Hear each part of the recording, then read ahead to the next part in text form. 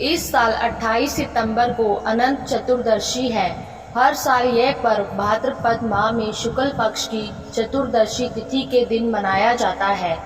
अनंत चतुर्दशी पर भगवान विष्णु के अनंत रूप की पूजा की जाती है, इसलिए इसे अनंत चतुर्दशी के नाम से जाना जाता है। इस व्रत को करने से भगवान विष्णु की कृपा प्राप्त होती है और जीवन की सभी समस्याओं का अंत होता है।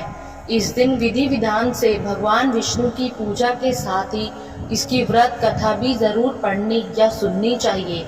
आइए जानते हैं क्या है अनंत चतुर्दशी की व्रत कथा।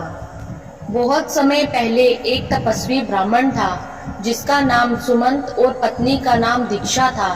उनकी सुशीला नाम की एक सुंदर और धर्मपरायण कन्या थी। जब सुशीला कुछ बड़ी हुई तो उसकी मां दीक्षा की मृत्यु हो गई। तब उनके पिता सुमंत ने करकशा नामक की स्त्री से विवाह कर लिया। कुछ समय बाद ब्राह्मण सुमंत ने अपनी पुत्री सुशीला का विवाह ऋषि कौंडल्य के साथ करा दिया। विवाह में करकशा ने विदाई के समय अपने जवाई को ईंट और पत्थर के टुकड़े बांधकर दे दिए। ऋषि कौंडल्य को ये व्यवहार बहुत बुरा लगा।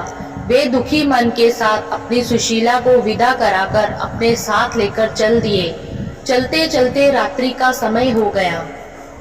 तब सुशीला ने देखा कि संध्या के समय नदी के तट पर सुंदर वस्त्र धारण करके स्त्रियां किसी देवता का पूजन कर रही हैं। सुशीला ने जिज्ञासावश उनसे पूछा तो उन्होंने अनंत व्रत की महत्ता सुनाई। तब सुशीला ने भी यह व्रत किया और पूजा करके 14 गांठों वाला डोरा हाथ में बांधकर ऋषि कौंडल्य के पास आकर सारी बात बताई।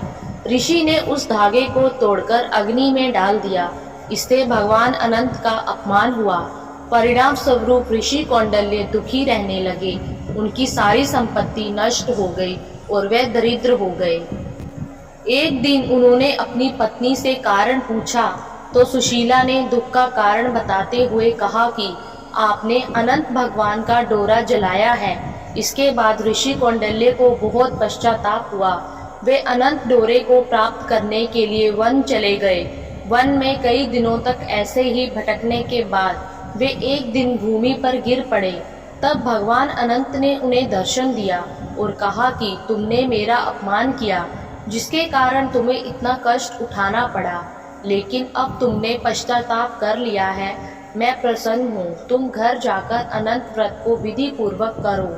14 वर्षों तक व्रत करने से तुम्हारे सारे कष्ट दूर हो जाएंगे और तुम दोबारा संपन्न हो जाओगे। इस प्रकार ऋषि कौंडल्य ने विधि पूर्वक व्रत किया और उन्हें सारे कष्टों से मुक्ति प्राप्त हुई। धन्यवाद।